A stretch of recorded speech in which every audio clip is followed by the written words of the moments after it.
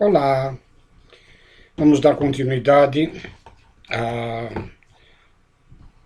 ao nosso estudo do curso preparatório de expositores espíritas. Como nós vimos já no vídeo anterior, começamos agora a falar um pouco do conteúdo a que todo expositor espírita deve se atentar para ser um bom expositor, evidentemente. Como sendo um expositor espírita, então o conhecimento mais aprofundado da obra de Kardec, das 5 obras da codificação, é de suma importância. Nós começamos no vídeo anterior com o Livro dos Espíritos e para expositores espíritas, dentro dos 5 livros de Kardec, 2 são primordiais para a exposição. Exatamente toda a filosofia, a conceituação dentro do Livro dos Espíritos e o Evangelho segundo o Espiritismo, que traz, como nós vamos ver, toda a moral cristã, ok? Então, todos os temas, basicamente quase todos os temas que iremos abordar, a nossa base será o Livro dos Espíritos e o Evangelho segundo o Espiritismo, ok? Como da outra feita, nós temos aqui de Herculano Pires, tido como um profundo conhecedor da doutrina, um filósofo espírita e um excelente tradutor da obra de Kardec do francês para o português. Então, ele traz aqui no preâmbulo desta edição que eu tenho da Edicel, notícias sobre o livro. Então, iniciando, ele dizendo: este livro, que é o terceiro tomo da codificação, que foi publicado em 1864, originalmente com o título Imitação do Evangelho, ao qual depois Kardec modifica, segundo os próprios evangelistas, que cada evangelho contido no Novo Testamento é o Evangelho segundo Mateus, o Evangelho segundo Marcos, segundo Lucas e segundo João. Tá? Então ele adota a nomenclatura para o Evangelho segundo o Espiritismo. Tá certo? Constitui um desenvolvimento do aspecto religioso de O Livro dos Espíritos. Tá? Então essa obra, o Evangelho, é uma ampliação da constituição básica religiosa contida na filosofia, da doutrina, normalmente aquela parte terceira, onde são tratadas das leis morais, ok? Nós vimos no vídeo anterior que as leis morais constantes da terceira parte do Livro dos Espíritos, ela tem aqui a sua ampliação na moral cristã, certo?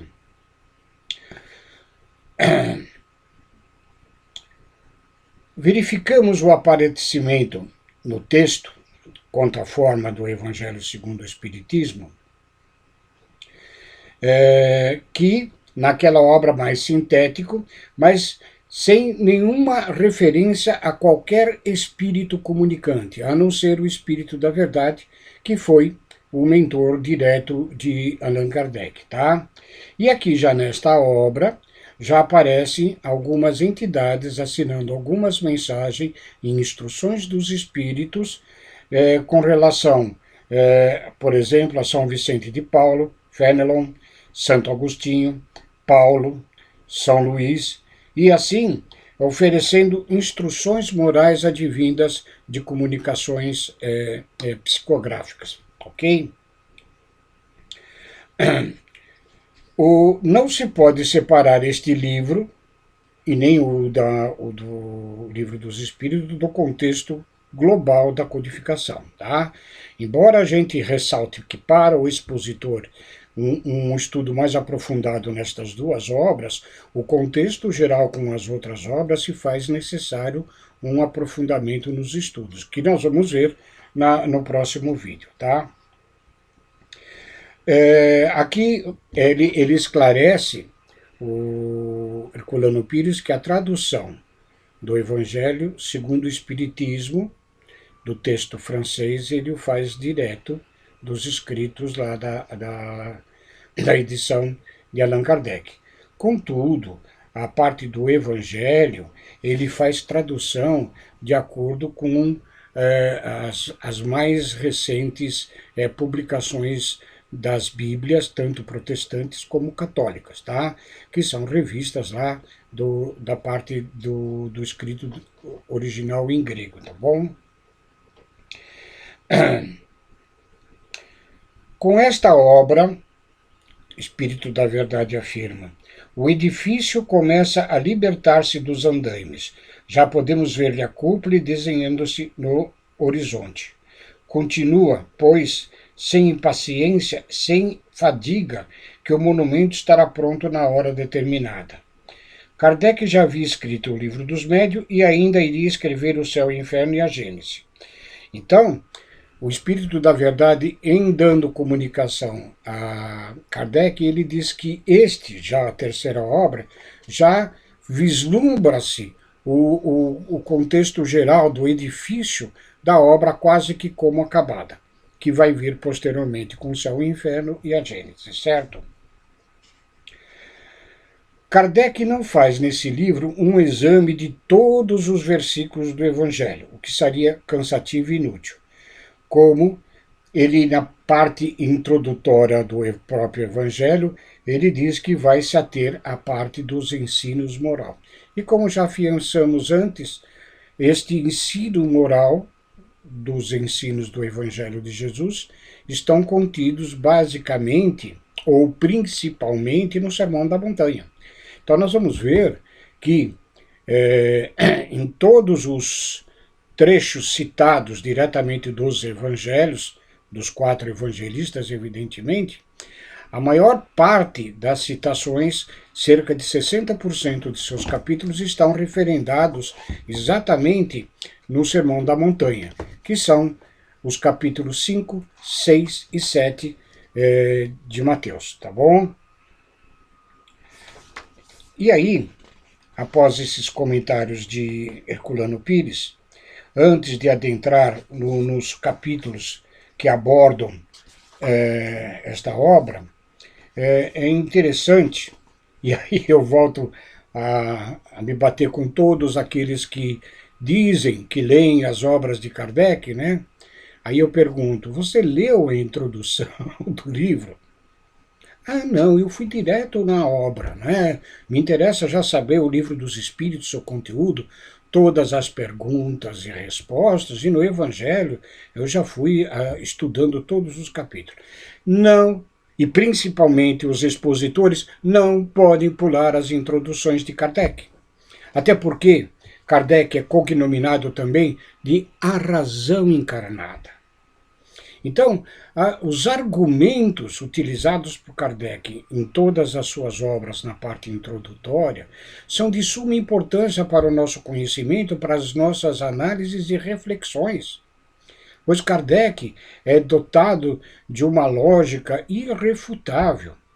Eu, sinceramente, quando eu leio estas partes diretas de Kardec, eu fico assim abismado de que muitas pessoas, ao lerem estas argumentações dele, não consigam compreender. Quero crer que é por uma questão tão somente de aspecto evolucional, onde cada um ainda está afeito a um grau de entendimento nesta encarnação, como de fato é, mas que eu acho que no nível de compreensão que todos um dia vão chegar é, ao ler as argumentações de Kardec, dizerem, nossa, ele está com toda a razão, e ele é a razão encarnada. Tá? Então, estudem também a parte introdutória das obras de Kardec. E aqui no Evangelho segundo o Espiritismo, nós vamos ter algumas informações muito importantes para o expositor, para seu conhecimento e para embasamento das palestras que irá fazer, com base em temas diversos dentro da doutrina e do Evangelho de Jesus, ok? Então, na introdução, o item 1 da introdução, que trata do objetivo desta obra, Kardec começa assim: podemos definir as matérias contidas nos evangelhos em 5 partes. Os atos comuns da vida de Cristo, tudo que se refere à vida dele, descrita nos 4 evangelhos, ok? Os milagres que Jesus praticava, as profecias que faziam referência à vinda do Messias, as palavras que serviram para o estabelecimento de dogmas da igreja, normalmente aquelas que professam um ato de fé cega. E aí, Kardec sempre salientando, né? A nossa fé tem que ser raciocinada perante a nossa lógica. E, por fim, o ensino moral. Se os 4 primeiros itens têm sido objeto de diversas discussões, a última permanece inatacável. Diante deste código divino, a própria incredulidade se curva. Ou seja, diante da moral cristã, da moral que Jesus veio nos trazer, qualquer pessoa não pode, por mínimo que seja, de combatê-la. Tá? E voltamos a dizer que ela baseada está muito no próprio Sermão da Montanha. Tanto é que já citamos que Mahatma Gandhi, quando questionado sobre os cristãos, e ele afirma que se todas as bibliotecas do mundo, todas as obras deixassem de existir, pegassem fogo, queimassem, e sobrasse tão somente o Sermão da Montanha, a humanidade estaria salva. Tal a importância dessa obra. Depois que nós vemos o conteúdo das obras de Kardec, nós vamos dar uma olhada, e vocês vão estudar mais aprofundadamente, sobre o conteúdo da essência do Sermão da Montanha, ok? O item 2, que é muito importante para as nossas convicções dentro da doutrina, é que, nesta segunda parte, ele fala da autoridade da doutrina espírita, o controle universal do ensino dos espíritos. Aqui Kardec argumenta que, não sendo a doutrina espírita,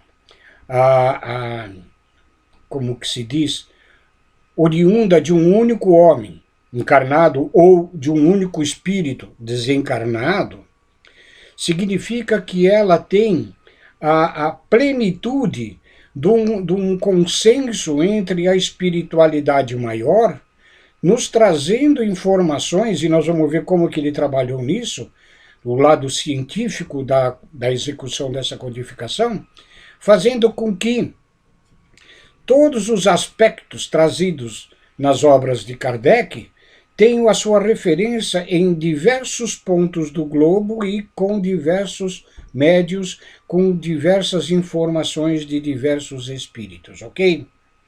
Então, ele diz o seguinte: se a doutrina espírita fosse uma concepção puramente humana, só teria como garantia as luzes do seu autor, ok? E aí ele explica por que não são citados nas obras os médiuns que participaram desta codificação. Quanto aos médiuns, deixamos de citá-los, na maioria em virtude de seus próprios pedidos, ou seja, aqueles médiuns sinceros, aqueles médiuns dotados da humildade correta, de que não se prevalecerem por serem instrumentos da espiritualidade maior, né?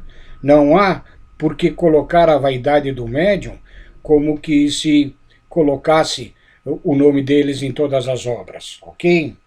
E também, explica Kardec, porque não convinha fazer exceções nenhuma. Não se dá para citar todos, como nós vamos ver um pouco mais adiante. A citação do médium é como se hoje nós citássemos que determinada mensagem foi escrita com uma caneta Parker, ou uma caneta Bic, ou foi escrita com um lápis preto ou com lápis colorido. Nós, médiums, somos instrumentos da espiritualidade e a nossa contribuição nada mais é do que sermos os instrumentos mais dóceis e mais capacitados intelectualmente e moralmente perante estas comunicações advindas de planos tão elevados, ok? Então, ele em outro trecho aqui, ainda nesse item 2, diz: esta universalidade dos espíritos, do ensino dos espíritos, é que faz a força do espiritismo e, ao mesmo tempo, a causa da sua propagação, certo? Porque elas não dependem dos homens. A concordância dos ensinos dos espíritos é, portanto, o seu melhor controle, mas é ainda necessário observarmos certas condições.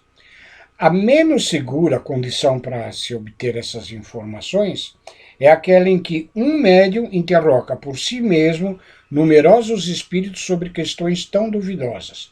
É claro que se ele está sob o império de uma obsessão, ou se tem relação com um espírito embusteiro, este espírito pode dizer-lhe a mesma coisa sob nomes diferentes. A garantia única e segura do ensino dos espíritos está na concordância das revelações feitas espontaneamente através de um grande número de médios estranhos uns aos outros e em diversos lugares. E aí, em 3 parágrafos adiante, ele diz o seguinte: na nossa posição, recebendo as comunicações de cerca de 1000 centros espíritas sérios, espalhados pelos mais diversos pontos do globo, estamos em condições de ver quais os princípios que merecem essa concordância, a concordância dos espíritos, que é que vai dar, neste índice, o controle universal dos ensinos dos espíritos. Veja que Kardec, diferentemente da obra da primeira edição do livro dos Espíritos, onde se utilizou praticamente de 3 médiuns, mas em concordância com a codificação de Kardec, nas avaliações de todo aquele material que ele recebe, para poder ser desvendado e ele realizar outras tantas perguntas para confirmar os escritos anteriores, é esta concordância que faz com que a nossa doutrina ela tenha um embasamento forte, não num médium, não num espírito, mas numa condição de cerca de mais de 1000. Aí muitos podem perguntar, puxa vida, o Espiritismo começou oficialmente em 1857, publicação do Livro dos Espíritos. A obra O Evangelho segundo o Espiritismo, em 1864. Decorridos 7 anos apenas, era possível a existência de cerca de 1000 centros espíritas sérios, como diz Kardec. E aí, vale lembrar que quando Kardec, em 1855, ele começa a se inteirar das mesas girantes, da dança das mesas, lá na França, nós não podemos esquecer que é desde 1831, data é considerada a origem da espiritualidade moderna, lá com as irmãs Fox nos Estados Unidos, né, desde 1831, e que este evento foi replicado para a Europa, ok? Estamos falando do século XIX, onde, muito antes de Kardec estar sendo atento às comunicações dos espíritos, já havia em diversos pontos dos Estados Unidos e da Europa, de uma forma geral, e mais concentrada ali, entre França, Espanha, Alemanha, Inglaterra, Itália, igualmente, havia já diversos médios, diversas pessoas entrando em comunicações com os espíritos. Além do que, o prefácio desta obra,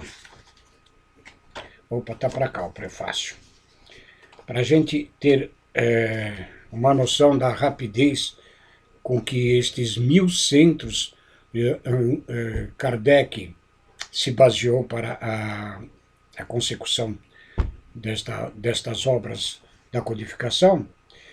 O prefácio, que é de O Espírito da Verdade, diz o seguinte: os Espíritos do Senhor, que são as virtudes dos céus, como um exército imenso que se movimenta ao receber a ordem de comando, espalham-se por toda a face da terra, semelhantes a estrelas cadentes que vêm iluminar o caminho e abrir os olhos dos cegos.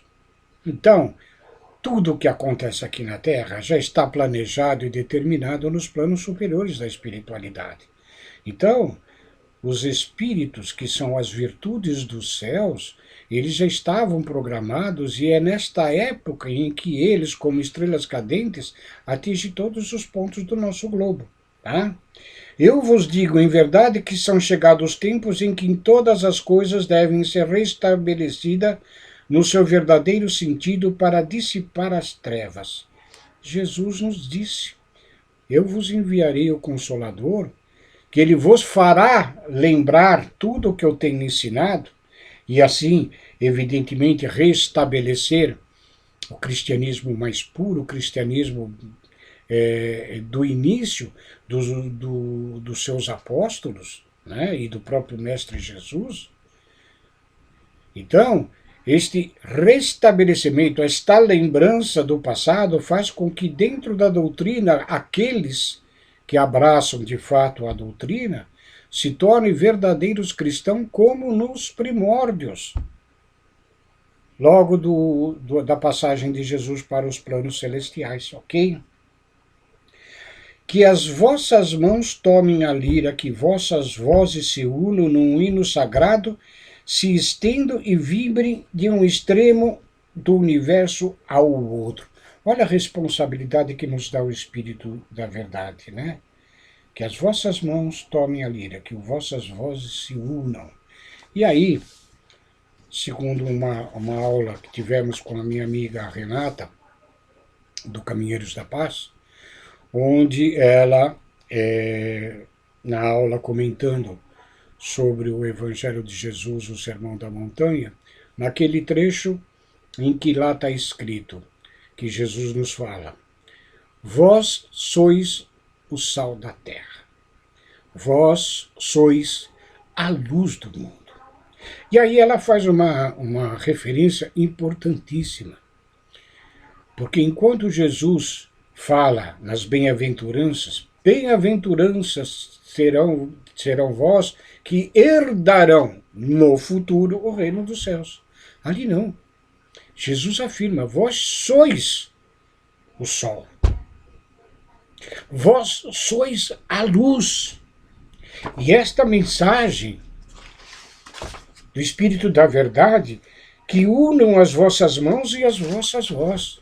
Então Jesus lá de trás, falando no Sermão do Monte, e o monte aí é o mundo, e aqueles que estavam na base da montanha somos todos nós, de todas as épocas, ele nos diz, ele nos afirma, nós somos. Só precisamos abraçar esta ideia de que somos, de fato, a luz esclarecedora de tantos quantos irmãos nossos ainda partícipes da ignorância do Evangelho de luz de Jesus. Por isso, a importância do expositor espírita ter bastante tempo para estudar, refletir na obra de Kardec e no Evangelho de Jesus. Ok? Continuando, a parte terceira da introdução, temos as notícias históricas, que é exatamente onde Kardec, diante das referências feitas nos evangelhos, nos dá umas pequenas explicações do que era cada termo ou cada povo dali citado nos evangelhos. Então aqui ele vai falar do samaritano, dos nazarenos, publicanos, peageiros, fariseus, escribas, o que são as sinagogas, os saduceus, os essênios, os terapeutas, ok? Então, ali nós temos uma pequena notícia, uma breve notícia nessa introdução. O item quarto, que é muito importante também, para fazermos aquela ligação histórica de que ao longo da evolução da humanidade, desde os primeiros homens praticamente primatas, ali da época das cavernas, até os estágios atuais em que nós nos encontramos no nosso processo evolutivo civilizatório, Nós, ou melhor dizendo, Jesus sempre enviou aqueles elementos para que nos auxiliassem, nos lembrassem dos nossos aspectos evolucionais. Nós nunca estivemos abandonados uma encarnação que fosse. Então, aqui, entre tantos daqueles inúmeros emissários divinos, nós temos aqui no item 4 Sócrates e Platão como precursores da doutrina cristã e do espiritismo, ok? E aqui Kardec vai citando trechos da obra dos dois, melhor dizendo, de Platão, porque Sócrates, assim como Jesus, não deixou nada escrito, mas o seu discípulo Platão deixou a obra totalmente referendada no que tange a Sócrates e no que tange a ele próprio, tá? E basta dizer que o mito da caverna, relatado por Platão, de Sócrates, né, nada mais é do que uma referência ao nosso estado passageiro, por assim dizendo, na Terra, e que a realidade do nosso mundo está, de fato, no plano espiritual. Procure. Aí vai como lição de casa para tantos quantos estão fazendo esse curso. Procurem o mito da caverna, de Sócrates, ok? Leiam, reflitam e vejam se não está de acordo com os nossos conceitos modernos do Espiritismo, da nossa existência passageira na Terra e da realidade da nossa existência no mundo dos espíritos, ok? E já estamos com o horário bastante adiantado, nós queríamos só,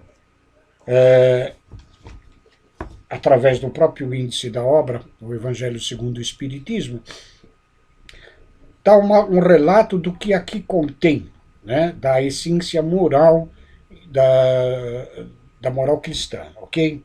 Então, após a introdução, tá, nós vamos ter na sequência dos capítulos a parte que Jesus diz: não vim destruir a lei, o meu reino não é deste mundo, há muitas moradas na casa de meu pai, ninguém pode ver o reino de Deus se não nascer de novo. Bem-aventurados os aflitos, e aqui já começa, né, a parte do Sermão da Montanha, o Cristo Consolador. Bem-aventurados os pobres de espírito, bem-aventurados os puros de coração, bem-aventurados os mansos e pacíficos, bem-aventurados os misericordiosos, amar o próximo como a si mesmo, amai os vossos inimigos, que a mão esquerda não saiba o que faz a direita, honra a teu pai e a tua mãe, e aqui a referência ao decálogo, fora da caridade não há salvação, servir a Deus e a Mamon, sede perfeitos. Esse capítulo é o 17. Eu diria que nós, que tentamos ser bons expositores, é muito importante refletirmos sobre esse capítulo. Capítulo 17, ok? Muitos os chamados e poucos os escolhidos, a fé que transporta montanhas, os trabalhadores da última hora, falsos cristos e falsos profetas, não separar o que Deus juntou, moral estranha, não pôr a candeia debaixo do alqueire, buscai e achareis, dar de graça o que de graça receber, pedi e obtereis. E terminando, concluindo a obra, o capítulo 28, coletânea de preces espíritas, né, com uma explicação do próprio Pai Nosso, que faz parte do Sermão da Montanha também. É ali que Jesus nos ensina a recitar o Pai Nosso. Só uma observação para aqueles que não conhecem a estrutura do Evangelho segundo o Espiritismo. Ele, em todos os seus capítulos, com exceção do capítulo, desculpem, o Cristo Consolador, todos esses capítulos têm uma estrutura que começa com uma citação dos evangelhos, João, Lucas, Marcos ou Mateus, tá? Na sequência, um comentário, alguma explicação, dependendo do tópico, mais extenso ou não, do próprio Allan Kardec, e depois, na sequência, as instruções dos espíritos, onde ali Kardec cita o espírito autor daquela instrução, tá? E o ano e o local onde foi obtida aquela informação, ok? Bom, eu sei que vocês já estão estudando profundamente nesta semana que passou o Livro dos Espíritos. Eu acho que vocês já concluíram pelo menos a parte introdutória, ainda falta todas as outras partes, mas eu acho que dá, com uma boa vontade e com um tempo premeditadamente planejado, vocês estudarem em paralelo as duas obras, principalmente no que tange a terceira parte do Livro dos Espíritos, as leis morais e o Evangelho segundo o Espiritismo, ok? Espero que vocês tenham aproveitado sobre este conteúdo, que é importantíssimo para nós que desejamos subir na cátedra do Espiritismo. Uma boa semana para vocês. Fiquem com Deus.